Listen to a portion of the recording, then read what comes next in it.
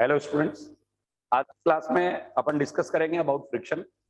जैसा कि जनरली आप सभी फ्रिक्शन के बारे में जानते भी हैं, ये कांटेक्ट फोर्स की कैटेगरी में आता है जो बॉडीज की रिलेटिव स्लाइडिंग का अपोज करता है। कि जब भी आप किसी बॉडी को स्लाइड करना चाहते हैं या उसको मोशन में लाना चाहते हैं, then we have to apply a force against the friction force. अभी फ्रिक्शन फोर्स अराइज कैसे होता है, इसका कारण क्या है, इसके कुछ दो थ्योरेटिकल अपन डिस्कशन करते हैं। एक तो फ्रिक्शन को डिफाइन किया जाता है कि that friction arises due to interlocking of rough surfaces, कि जब भी कोई दो रफ सरफेस एक दूसरे के कांटेक्ट में आती है, जैसा कि अपन जानते हैं रफ सरफेस जो होता है उनकी सरफेसेस पे इर्रेगुलरिटीज होती हैं, वो इर्रेगुलरिटीज एक दूसरे को इंटरलॉक करती हैं। तो जब भी आप बॉडी को स्लाइड करना चाहते हैं तो अपने को इस इंटरलॉकिंग फोर्स को या इंटरलॉकिंग के अगेंस्ट एक फोर्स अप्लाई करना होगा। तो एक मिनिमम फोर्स अपने को चाहिए होगा जब एक बॉडी दूसरी सरफेस पे क्या कर पाए, स्लाइड कर पाए। इसके बाद मॉडर्न थ्योरी ये कहता है कि जब भी कोई दो सरफेसेस एक दूसरे के कांटेक्ट में आती है तो उनमें एक इंटरमॉलिक्यूलर फोर्स क्रिएट हो जाता है। तो जब भी आप बॉडी को स्लाइड करना चाहते हैं तो इन दोनों सरफेसेस के बीच में आपको इस इंटरलॉकिंग फोर्स के अगेंस्ट वर्क करना होता है, इसको ओवरकम करना होता है। तो आप जब भी कोई फोर्स लगाएं तो वो इतना इफेक्टिव हो कि वो इस इंटरमॉलिक्यूलर फोर्स के इफेक्ट से ऊपर होकर उस बॉडी को क्या कर पाए, स्लाइड कर पाए। ठीक है। तो दूसरा, जब अपन फ्रिक्शन के बारे में पढ़ेंगे तो इन बॉडीज को जब स्लाइड करते हैं तो इसको कैटेगराइज किया जाता है दो पार्ट में। Number one, this is the static friction, and second one is this is kinetic friction. ठीक है। और इसके बाद इसका एक कैटेगरी अपन और भी पढ़ते हैं, that is the rolling friction. Rolling motion के अंडर अपन उसको पढ़ते हैं जब बॉडीज रोल कर रही होती हैं एक सरफेस पे। रोलिंग मोशन जैसा कि अपन जानते हैं रोटेशनल और ट्रांसलेशन दोनों का कॉम्बो होता है, कॉम्बिनेशन होता है, वो एक अदर पार्ट है। रोलिंग मोशन में, रोटेशन में अपन उसको पढ़ते हैं। फर्स्ट वन स्टैटिक फ्रिक्शन है। जनरली मैं आप लोगों को ये बोलता हूं कि जब भी आप लोगों को फ्रिक्शन की बात आए तो आप पहले ये चेक करें कि दोनों बॉडीज में कोई रिलेटिव स्लाइडिंग है या नहीं है। जब भी दोनों बॉडीज के बीच कोई रिलेटिव स्लाइडिंग नहीं होगा, मतलब एक सरफेस दूसरे के सरफेस के रेस्पेक्ट में रेस्ट पर होगा, उस कंडीशन के अंदर अपन अप्लाई करते हैं static friction. And a body और a surface have relative motion with respect to another surface, then the body has kinetic friction. एक जनरल एग्जांपल मैं ले लेता हूं कि मान लेते हैं अपने पास में दो सरफेसेस बनी हुई है। Number one, this surface is A, and number one, this surface this block is B, and this is the contact surface. दोनों बॉडीज एक दूसरे कॉन्टेक्ट में। अगर मान लीजिए ये बॉडी जा रहा है 10 मीटर पर सेकंड से और ये वाला बॉडी भी जा रहा है 10 मीटर पर सेकंड से, इसको अपन वीबी मान लेते हैं, this is equal to VA. अगर इन दोनों के रिलेटिव मोशन की बात करें तो आप लोग बोल सकते हैं V A B, this is equal to V A minus VB. Difference निकालेंगे, इक्वल टू 0 आएगा। दैट मीन्स ग्राउंड फ्रेम में दोनों बॉडीज मोशन में है बट एक दूसरे के रेस्पेक्ट में किस पर है, रेस्ट पर है। That's why there the kind of friction will be static friction. यहाँ पे कौन सा अप्लाई हो सकता है, स्टैटिक फ्रिक्शन अप्लाई होगा जब रोड नो रिलेटिव मोशन हो, कोई रिलेटिव मोशन ना हो। दूसरा अपन बात करते हैं काइनेटिक फ्रिक्शन की। तो काइनेटिक फ्रिक्शन की जब बात करेंगे, इसी एग्जांपल में मान लेता कि इस वाली बॉडी का जनरल अगर अपन ये माने कि फॉर एग्जांपल ये ब्लॉक है अपने पास में, फर्स्ट सरफेस है, and this one is the another surface. ठीक। अगर इसका वेलोसिटी होता है 20 metre per second and this is moving with 10 metre per second, this is V B for block B and this is equal to V A for block A. अगर मान लीजिए अपन यहां पर फ्रिक्शन को डिफाइन कर रहे होते तो सबसे पहले रिलेटिव मोशन को चेक करते हैं। तो अपन लोग यहां लेते हैं VBA, that means this is equal to VB minus VA. VB is what, this is equal to 20 I cap minus, अगर अपन बात करें दूसरे वाले की तो ये भी कितना होगा, 10 I cap. That means this is equal to 10 I cap. अपन ये मान सकते हैं बॉडी बी ए के रेस्पेक्ट में 10 मीटर पर सेकंड से फॉरवर्ड स्लाइड कर रहा है, मतलब बी ए के रेस्पेक्ट में किधर जा रहा है, फॉरवर्ड डायरेक्शन में, आई कैप में। That means there is a relative motion between both the surfaces there, that's why the friction force acting between the surfaces will be kinetic. और काइनेटिक फ्रिक्शन या static friction दोनों की directions को कैसे define करते हैं कि जब भी कोई बॉडी रेस्ट पे है और अगर उस पे आप फोर्स अप्लाई करते हैं तो वो बॉडी एक टेंडेंसी ऑफ मोशन एक्वायर करेगी, भाई किसी एक डायरेक्शन में चलना चाहेगी। तो स्टैटिक फ्रिक्शन हमेशा उस बॉडी के टेंडेंसी ऑफ मोशन से क्या होगा, अगेंस्ट होगा, उसके ऑपोजिट होगा। ऐसे ही काइनेटिक फ्रिक्शन का जो डायरेक्शन होता है वो बॉडी के रिलेटिव मोशन के अगेंस्ट होता है। तो अगर आप चेक करना चाहें, देखो ध्यान दो कि बॉडी बी ए के रेस्पेक्ट में फॉरवर्ड जा रहा है, दैट मींस बॉडी बी पर लगने वाला फ्रिक्शन कौन सी डायरेक्शन में होगा? बैकवर्ड डायरेक्शन में होगा। और ये किसकी वजह से अप्लाई हुआ? कॉन्टेक्ट सरफेस की वजह से अप्लाई हुआ। यहाँ पर जो फ्रिक्शन फोर्स काउंट हो रहा था उसकी वजह से हुआ। अब अगर मान लो मैं ये करना चाहूं कि वी ए बी की कंडीशन निकालना चाहें, this is equal to what? This is equal to V A minus V B, and V A is what? V A equal to 10 I cap minus 20 I cap, that's why this is equal to minus 10 I cap. अपन ये मान सकते हैं कि surface A B के respect में किधर जा रहा होगा? पीछे जा रहा होगा। इसका मतलब बॉडी ए का बी के रेस्पेक्ट में रिलेटिव मोशन है पीछे, that's why the friction force acting on the block A will be in forward direction. ये ए ब्लॉक पर अप्लाई होगा। तो अगर आप रिलेटिव मोशन को चेक कर लेते हैं तो डायरेक्शन ऑफ फ्रिक्शन को डिफाइन करना आसान हो जाता है। बड़ी सिंपल सी बात है। देखिए ध्यान दें, बी का ए के रेस्पेक्ट में मोशन किधर आया? फॉरवर्ड आया, that's why the friction at contact surface will be in backward direction, and friction force acting on surface A और block A is in forward direction. दोनों का रिलेटिव मोशन अपन ने डिफाइन किया और फ्रिक्शन को चेक किया। तो आपको क्या करना है, दोबारा से मैं एक बार ब्रीफ में बता देता हूं कि जब स्टैटिक फ्रिक्शन होता है, स्टैटिक फ्रिक्शन के अंदर अपन ये काउंट करते हैं कि जिस तरफ बॉडी का टेंडेंसी ऑफ मोशन आता है, फ्रिक्शन फोर्स स्टैटिक फ्रिक्शन हमेशा उसके क्या होगा? अगेंस्ट होगा।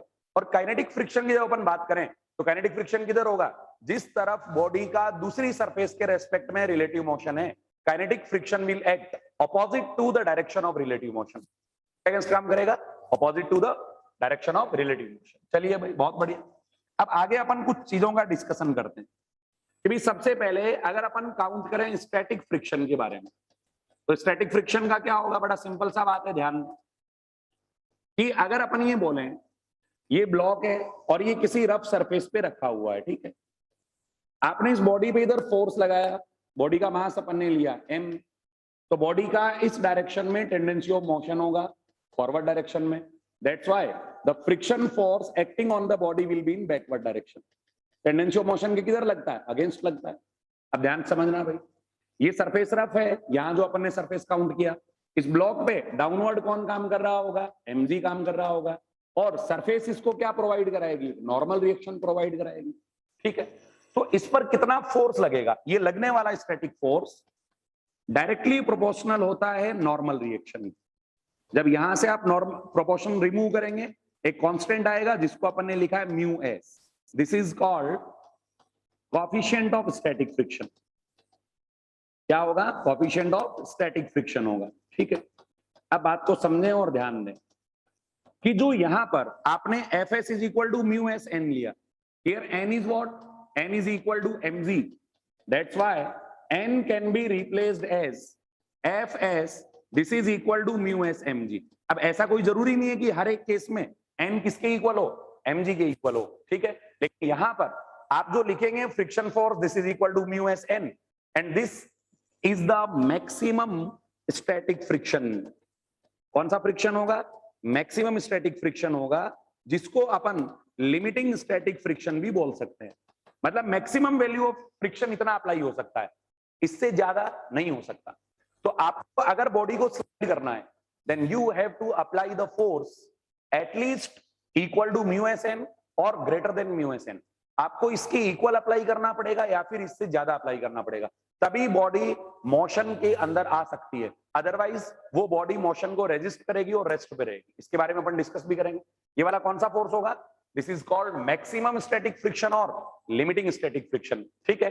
अब बात सुने और समझे कि इन दोनों बॉडीज के बीच में कितना फ्रिक्शन काम कर रहा है, ये डिपेंड करता है केवल नेचर ऑफ सरफेस पे। It is independent of area of contact. इस पे डिपेंड नहीं करेगा, एरिया ऑफ कॉन्टेक्ट पे डिपेंड नहीं करेगा, केवल किस पे डिपेंड करेगा बताओ? Nature of the contact surface पे डिपेंड करता है। दैट द सरफेस इज, जैसे कि सरफेस का रफनेस कितना ज्यादा है, नेचर ऑफ द सरफेस क्या है, और फ्रिक्शन कोएफिशिएंट भी उसी फैक्टर के ऊपर डिपेंड करता है। बोलो क्लियर?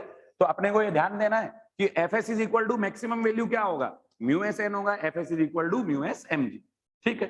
अब देखो बात सुनो, समझे ध्यान से आगे। अगर अपन ये बोले, जनरल एग्जांपल ले लेते हैं कि आपने कोई सरफेस पे ब्लॉक रखा और इस ब्लॉक का पर्टिकुलरली मैं मास ले लेता हूं, this mass is equal to 10 kg। Downward direction में mg क्रिएट हुआ this is equal to 10 into 10, G को 10 काउंट किया, this is equal to what 100 newton. कितना होगा 100 न्यूटन। ठीक है, तो अब अगर अपन नॉर्मल रिएक्शन की बात करें, नॉर्मल रिएक्शन आया अपने पास में जो एन, और यहाँ का फ्रिक्शन कोएफिशिएंट जो है उसका वैल्यू मैं मान लेता हूं 0.2, यूनिटलेस होगा। ठीक है, अब अगर आप लोग एफएस मैक्सिमम का डिस्कशन करें, this will be equal to mu S N और दिस इज इक्वल टू 0.2, और यहाँ किसके इक्वल है, किसको बैलेंस कर रहा है, एमजी को।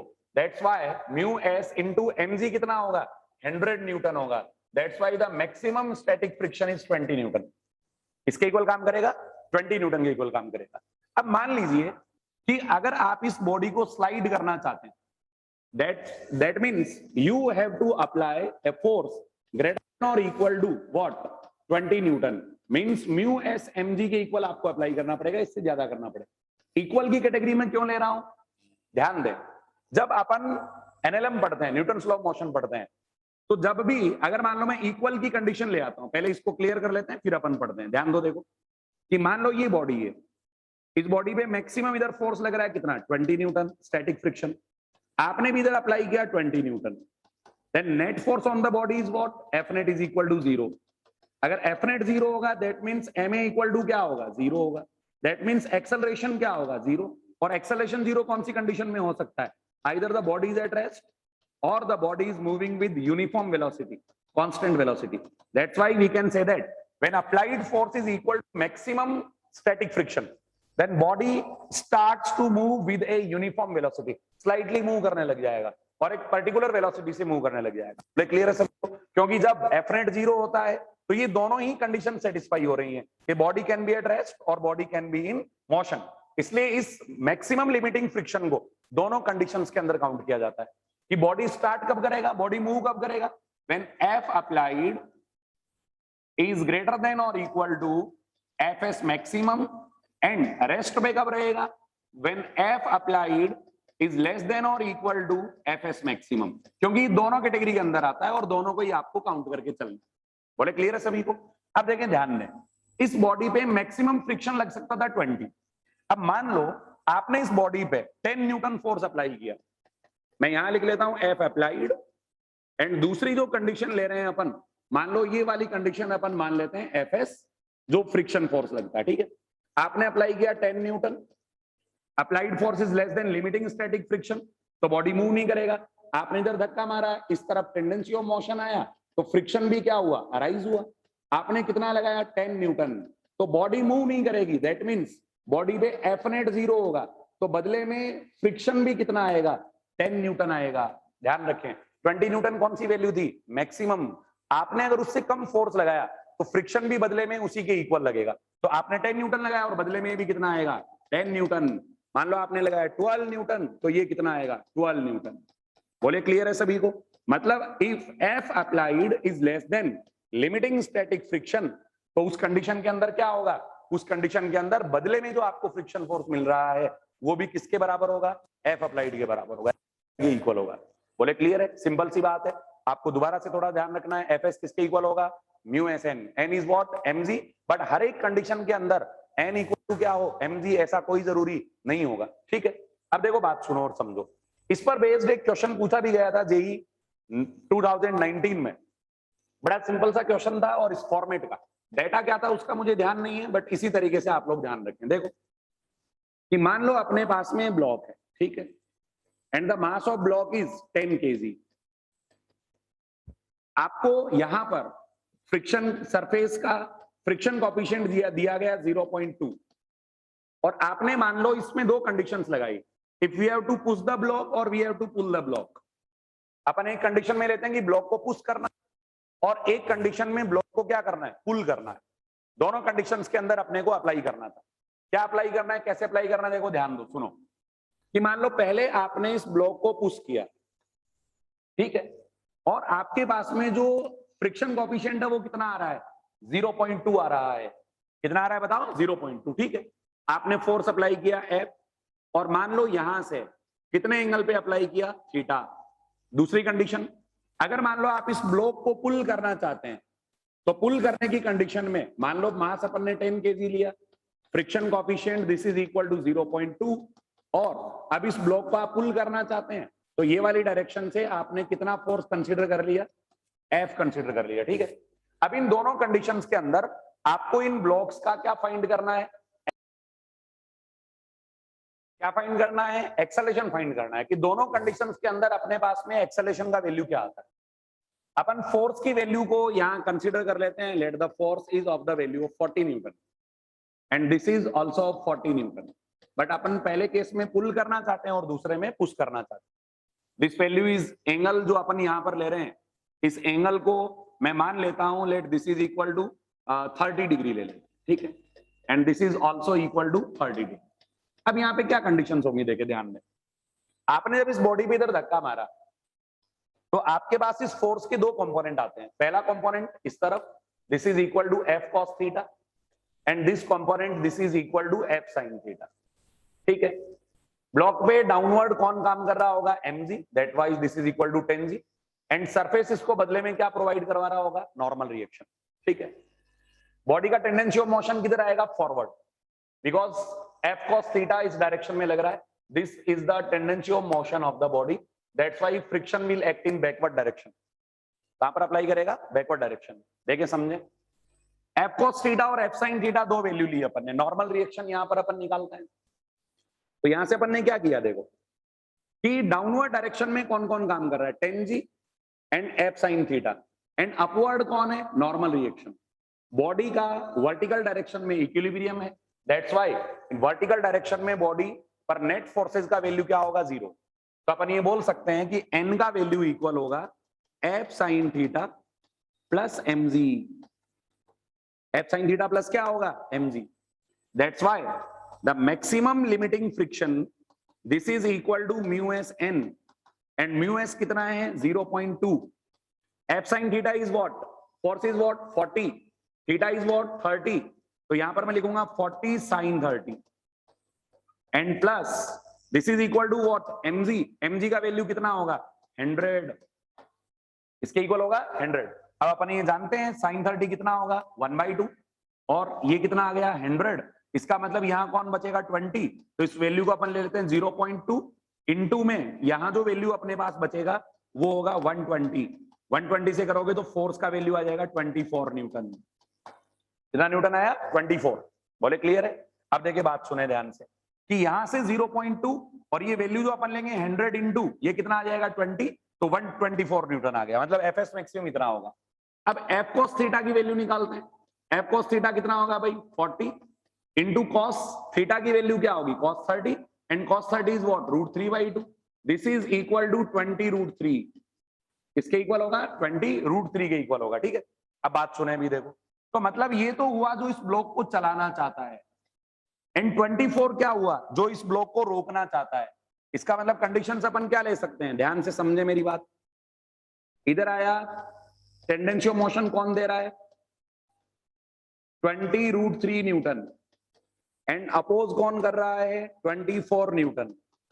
एक्सेलरेशन ऑफ द ब्लॉक क्या होगा, 20√3 minus 24 divided by mass of the block is what, 10।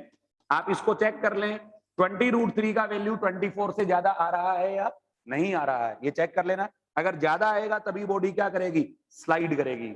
इसका मतलब ध्यान दें, जब बॉडी को आप लोग यहां पर जो नॉर्मल रिएक्शन अपने पास आ रहा है, वो नॉर्मल रिएक्शन किससे, mg से क्या होगा, ज्यादा होगा, और mg से ज्यादा होगा, इसका मतलब क्या वैल्यू बन जाएगी अपने पास में, अपने पास में ज्यादा बनेगी। दैट्स व्हाई ये फ्रिक्शन फोर्स का वैल्यू भी क्या होगा, बढ़ जाएगा, ठीक है। यहां जब आप इसको सॉल्व करेंगे तो वैल्यू, इसको मल्टीप्लाई कर दें 1.732 से, तो ये वैल्यू किसका आ जाएगा, एक्सेलरेशन का, 24 से ज्यादा आएगा, सिंपल सी बात है, ठीक है।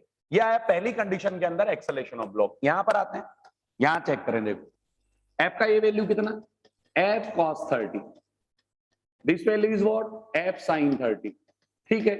डाउनवर्ड डायरेक्शन में कौन काम कर रहा है, 10g, अपवर्ड कौन काम करेगा, नॉर्मल रिएक्शन। अब देखें, upward forces are what, n plus F sin 30, and downward force is what, 10g, तो आप लोग लिखेंगे n plus F sin 30, this is equal to mg, that means n is equal to what, mg minus F sin 30, और यहां से जो अपने पास friction का वैल्यू आएगा वो होगा F S maximum, this is equal to what, mu S N, और म्यू एस एन लेंगे तो म्यू एस कितना है 0.2, और नॉर्मल रिएक्शन कितना होगा, mg का मतलब 10 इंटू जी मतलब 10 इंटू 10 माइनस एफ साइन 30 कितना होगा 40 इंटू 1/2, यहां से आपके पास फ्रिक्शन का वैल्यू आएगा, और यहां जो फ्रिक्शन होगा वो पहले वाले केस से क्या होगा, कम होगा, क्योंकि वहां पर फ्रिक्शन क्या था, n plus F sine theta था, मतलब mg plus F sine theta था, और यहां पर कितना होगा mg minus F sine theta होगा, that's why the value of normal reaction will decrease and that's why the static friction will also decrease. तो एक्सेलरेशन जो आपको मिलेगा वो इस वाले केस में क्या मिलेगा, ज्यादा मिलेगा, मतलब ये अपने पास में है फ्रिक्शन का वैल्यू, ये हो गया 100 एंड ये कितना हो गया 20, तो 80 अपने पास में बना। तो अपने पास यहां जो एफ एस मैक्सिमम सॉल्व होकर आता है वो एफ एस मैक्सिमम का वैल्यू होगा, this is equal to 0.2 into 80 and this is equal to 16 newton, कितना न्यूटन होगा 16। तो ब्लॉक का एक्सेलरेशन क्या होगा, अब आपको क्या करना है, देखो ध्यान दो, ये ब्लॉक था अपने पास, इस पर स्टैटिक फ्रिक्शन कितना आया 16 न्यूटन, जो बॉडी को चलाने वाला वो कितना है 40 cos 30 था, दैट मींस √3/2, ये कैंसिल आउट हो गया 20√3, तो आपको एक्सेलरेशन का क्या होगा 20√3 minus 16 divided by mass of block, तो ए का वैल्यू आया 20√3 माइनस 16 डिवाइडेड बाय व्हाट 10, तो एक्सेलरेशन मिलेगा वो प्रीवियस केस का मिलेगा, ज्यादा मिलेगा, ये आपको ध्यान रखना है। तो नॉर्मल रिएक्शन अलग केसेस में चेंज किया जा सकता है, चेंज हो सकता है, that depend on in which direction and how we are applying the external force. बोले क्लियर है? और ये सिमिलर क्वेश्चन 2019 में जेई में पूछा गया था, जेई मेंस, ठीक है, ऐसा उसमें डेटा कुछ अलग हो सकता है लेकिन इसी तरीके का था। दूसरी अपन कुछ कंडीशंस पे डिस्कशन करते हैं, कुछ क्वेश्चंस पे डिस्कस करते हैं, ध्यान दें और सुने। ऐसे ही अगर मान लो अपन मान लें, एक जनरल सी बात मानते हैं, जनरल एग्जांपल का डिस्कशन करते हैं, ठीक है, कि नॉर्मल रिएक्शन वेरिएशन पे अपन बात कर रहे थे, तो एक जनरल सा केस अपन और मान लेते हैं और समझ लेते हैं। ध्यान दें, देखो कि मान लो अपने पास में ये कोई भी एक इंक्लाइंड सरफेस है बेटा, and the angle of inclination is what, this is equal to 60 degree, इसके इक्वल होगा 60, एंड यहां पर अपने पास कोई ब्लॉक रखा हुआ है and the mass of block is 20 kg, कितना मास होगा 20 kg होगा, ठीक है, और यहां का जो फ्रिक्शन कोएफिशिएंट है उसका वैल्यू अपन मान लेते हैं 0.2। बॉडी पे कुछ कंडीशंस अपन यहां पर चेक करते हैं कि यहां बॉडी पे डाउनवर्ड डायरेक्शन में कौन अप्लाई होगा, mg अप्लाई होगा, सरफेस के नॉर्मल कौन काम करेगा, normal reaction, that's why this angle is what theta, this component is what mg cos theta, and ये इस डायरेक्शन में कौन काम करेगा, mg sin थीटा, ये इस बॉडी को टेंडेंसी ऑफ मोशन प्रोवाइड कराता है, तो बॉडी का टेंडेंसी ऑफ मोशन किधर होगा, डाउनवर्ड डायरेक्शन में, तो फ्रिक्शन किधर काम करेगा, अपवर्ड डायरेक्शन में, ठीक है। अब पहले चेक कर लेते हैं कि बॉडी रेस्ट पे रहेगा कि चलेगा, रेस्ट पे रहेगा जब अपने पास फ्रिक्शन का वैल्यू जो इसको मोशन प्रोवाइड करवा रहा है उससे क्या हो, ज्यादा हो, ठीक है। अब देखिए बात सुने, तो यहां नॉर्मल रिएक्शन का वैल्यू आया mg cos theta, and mg is what, this is equal to 200 and cos theta is what, this is equal to cos 60 and the value of cos 60 is 1/2, that's why normal reaction is 100 newton, कितना होगा 100 Newton के equal होगा, ठीक है। तो अपने पास friction force की value अगर अपन निकालें, फ्रिक्शन फोर्स निकालें, तो एफएस मैक्सिमम जो होगा वो कितना होगा, म्यू एस एन होगा, म्यू एस कितना है 0.2 इंटू कितना आया 100, तो फोर्स का वैल्यू कितना आएगा 20 न्यूटन आएगा, तो मैक्सिमम फ्रिक्शन कितना लग सकता है, एफएस मैक्सिमम 20 हो सकता है। अब स्लाइडिंग फोर्स देखो कौन सा है, जो एफ अप्लाइड की कंडीशन या इसके सिमिलर मान लेता हूं मैं, बताओ ये कितना होगा, mg sin theta, that's why this is equal to 200 into sin theta is what, sin theta का वैल्यू अपने पास में कितना है, theta is equal to 60 degree, तो यहां से वैल्यू आ जाएगा √3/2, दैट मींस डेफिनेटली ये किससे ज्यादा होगा, अपने पास में स्टैटिक फ्रिक्शन से क्या होगा, ज्यादा होगा, तो बॉडी कौन से डायरेक्शन में स्लाइड करेगी, डाउनवर्ड डायरेक्शन में, and acceleration of the block क्या होगा, एक्सेलरेशन ऑफ ब्लॉक होगा, बताओ इसको, इस डायरेक्शन में कौन है, mg sin theta, maximum limiting friction कितना है अपने पास 20 न्यूटन है, ठीक है, तो यहां से वैल्यू को अपन रख लेते हैं, जो वैल्यू अपने पास बनेगी this is equal to 100 √3 minus 20 divided by जो इसका मास कितना है वो कितना है 20 kg, तो ये कैंसिल आउट हो जाएगा 1 टाइम्स और ये हो जाएगा 5 टाइम्स, तो वैल्यू आएगी 5√3 - 1 metre per second square. This is the acceleration of block. कौन है बताओ? Acceleration of block. अब मान लीजिए आपको ये बोला जाए कि इस ब्लॉक को स्लाइड होने से रोकना है, then what minimum force is required, कि आपको इसको अगर रोकना पड़े तो कितना मिनिमम फोर्स आपको प्रोवाइड करना पड़ेगा। तो देखिए बात सुनना ध्यान से, एफ अप्लाइड टू स्टॉप पहली कंडीशन, एंड उस फोर्स की वैल्यू क्या होनी चाहिए कि ये ब्लॉक अपवर्ड डायरेक्शन में मूव करना स्टार्ट कर दे।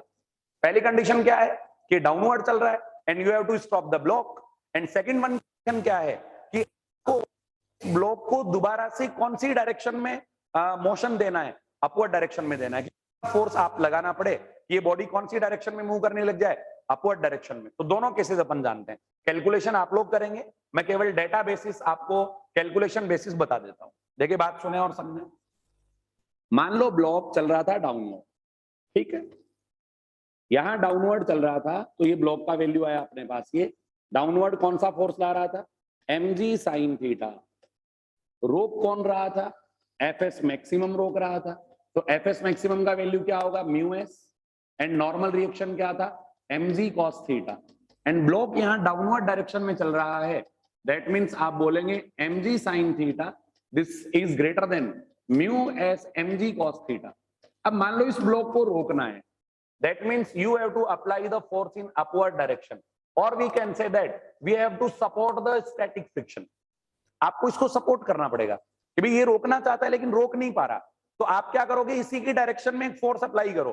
तो आप क्या करोगे, अब बताओ अपवर्ड फोर्स क्या हुए, F प्लस ये वाला जो स्टैटिक फ्रिक्शन है, ये दोनों मिलकर किसको रोक पाए, mg sin थीटा को। तो आप लोग ये बोलेंगे F प्लस यहां पे क्या होगा, μs mg cos theta, this should be equal to what, this should be equal to mg cos theta, sorry mg sin theta। तो अप्लाइड फोर्स रोकने के लिए कितना हुआ, mg is the common, and अंदर बचेगा sin theta plus μs cos theta. This is the minimum force required to stop the block, और इसको मैं बोल सकता हूं स्टॉपिंग फोर्स। कौन सा फोर्स बोला अपन ने, स्टॉपिंग फोर्स। अब देखिए बेटा ध्यान दें, आपने इसको रोक तो लिया, अब इसको मोबिलाइज करना है कौन सी डायरेक्शन में, अपवर्ड डायरेक्शन में। अपवर्ड डायरेक्शन में अगर मोबिलाइज करना है, इसका मतलब आपको यहां तो ये रेस्ट पे आ गया, अब जब आपको ऊपर मूव करवाना है तो फोर्स की वैल्यू को आप और बढ़ाएंगे तो इस ब्लॉक का टेंडेंसी ऑफ मोशन जो पहले डाउनवर्ड था, इट गेट रिवर्स्ड। ये कौन सी डायरेक्शन में हो जाएगा, अपवर्ड डायरेक्शन में। ब्लॉक किधर जाना चाहेगा, ऊपर जाना चाहेगा, और जब इसका टेंडेंसी ऑफ मोशन अपवर्ड होगा, दैट मींस डेफिनेटली फ्रिक्शन किधर काम करेगा, डाउनवर्ड। अब इसका फ्रिक्शन अपनी डायरेक्शन को क्या कर लेगा, शिफ्ट कर लेगा, चेंज कर लेगा। दैट्स व्हाई अपने पास जो कंडीशन बनी वो कंडीशन क्या होगी, देखो ध्यान दो। अब जो अपन एफ अप्लाई कर रहे हैं वो डाउनवर्ड डायरेक्शन में कौन है, mg sin थीटा, ठीक है, और फ्रिक्शन भी अपनी वैल्यू की डायरेक्शन को क्या करेगा, चेंज करेगा, क्योंकि बॉडी का टेंडेंसी ऑफ मोशन किधर आएगा, अपवर्ड डायरेक्शन। अब बताओ कि एटलीस्ट कितना फोर्स चाहिए, ग्रेटर देन और इक्वल टू व्हाट, आपको लगाना पड़ेगा mg sin theta plus μs mg cos theta. बोले क्लियर है सभी को। तो f का वैल्यू आया अपने पास में ग्रेटर देन और equal to mg is the common, and this is what, this is equal to sin theta plus μs cos theta. ये फोर्स चाहिए। अब इस डेटा को जो भी अपन ने प्रीवियस क्वेश्चन लिया है, इस डेटा को आप लोग इसमें वैल्यू रखें, सॉल्व कर लें, तो आपके पास एक रेंज आएगी। क्या रेंज आएगी, देखो ध्यान दो, ये वाला फोर्स और ये वाला फोर्स, इनके बीच का एक डिफरेंस होगा। उस डिफरेंस के अंदर बॉडी कहां पर रहेगी, रेस्ट पे। मैं आपको समझा देता हूं, जनरल डेटा लेकर समझा देता हूं कि मान लेते हैं, एक बार के लिए मान लेते हैं कि अपने पास ये बॉडी है, बॉडी पे फ्रिक्शन लग रहा है 20 फॉर एग्जांपल, कुछ भी डेटा ले लिया, इधर लग रहा है 80, बॉडी डाउनवर्ड चल रही है, आपको बोला कि भी बॉडी को रोकना है, तो आपने एफ किधर अप्लाई किया, अपवर्ड डायरेक्शन में। तो एफ अप्लाइड बताओ किसके इक्वल होगा, अपन लोग सब जानते हैं F plus 20 this is equal to 80, ये upward forces should be equal to downward. तो एफ का वैल्यू कितना आया, 60 न्यूटन। मतलब ये तो रोकने के लिए। अब इसको दोबारा ऊपर ले जाना है। ऊपर ले जाओगे तो मैंने क्या बताया था, फ्रिक्शन अपनी डायरेक्शन को क्या करेगा, चेंज करेगा। तो डाउनवर्ड डायरेक्शन में कौन लग रहा था बेटा, 80, फिर फ्रिक्शन भी डाउनवर्ड ही आ गया and still you are applying a force in upward direction. अब बताओ F ग्रेटर देन और इक्वल टू क्या होगा, 80 + 20, तो ये कितना हुआ 100। ये तो अपवर्ड स्लाइड करने के लिए मिनिमम फोर्स और ये रोकने के लिए मिनिमम फोर्स। बोलो क्लियर। अब देखें, ध्यान दें, रोकने के लिए कितना चाहिए 60 एंड दोबारा ऊपर चलाने के लिए कितना चाहिए 100। तो दोनों में बीच में, मतलब ये बॉडी जब F अप्लाइड, ध्यान से सुने, F अप्लाइड ग्रेटर देन और इक्वल टू 60 न्यूटन होगा एंड लेस देन और इक्वल टू 100 न्यूटन होगा। इस वाली रेंज में बॉडी मूव करेगी या इंक्लाइंड सरफेस पे रेस्ट पे रहेगी, इंक्लाइंड सरफेस पे रेस्ट पे रहेगी। बोलो क्लियर है। क्योंकि इसके अंदर आपने जो टेंडेंसी ऑफ मोशन जब चेंज हुआ तो फ्रिक्शन डाउनवर्ड डायरेक्शन में शिफ्ट हुआ और डाउनवर्ड डायरेक्शन में जैसे शिफ्ट होगा तो आपको ऊपर स्लाइड करने के लिए फोर्स की वैल्यू को एक्सीड करना पड़ेगा, बढ़ाना पड़ेगा। That's why in this range the body will not move और body remains at rest. Okay, thank you. And further कुछ एग्जांपल्स को अपन नेक्स्ट क्लास में डिस्कस करेंगे। Okay, bye, take care.